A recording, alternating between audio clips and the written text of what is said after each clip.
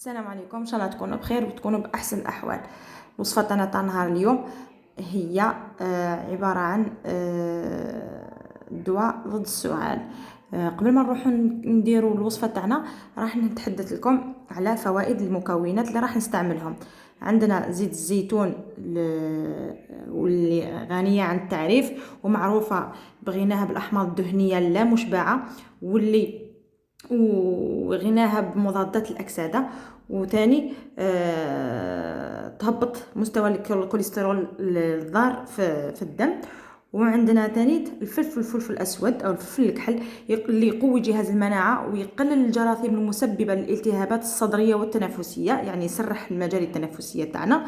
والكركم ثاني الكركم مضاد قوي للالتهابات ويساهم في مقاومة نزلات البرد والانفلونزا باعتبارها مادة مضادة للبكتيريا والفيروسات. فهي إذن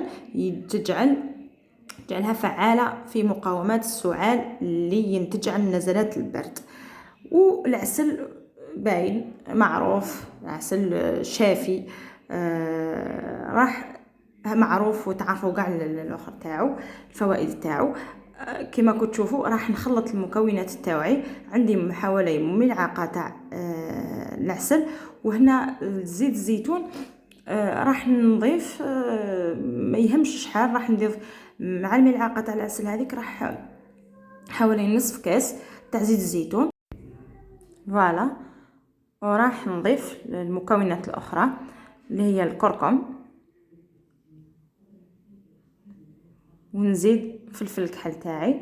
هنا نخلطهم مليح، وحاجه باينه ما يتخلطوش على جال الزيت مع العسل، تقعد هكاك سيباريا العسل هذاك على الزيت.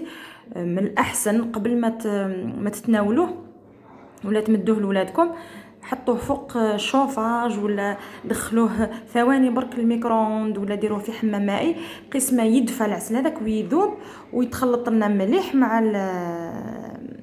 مع زيت الزيتون مع المكونات هذوك، ويكون جاهز باش تمدوه لولادكم ولا. وصدقوني النتيجه بزاف مليحه ورائعه هايله. غرفه كيما هذه صغيره تكفي في الليل مرما خلاص سي بون كلاو مش راح يزيدوا ياكلوا ولا. والصباح غرفه هكاك الصباح على الخوا، ومن بعد موراها اكثر من نص ساعه، يعني على الاقل نص ساعه ما ياكلوش بعد، يعني باش يشربوا قهوتهم ولا.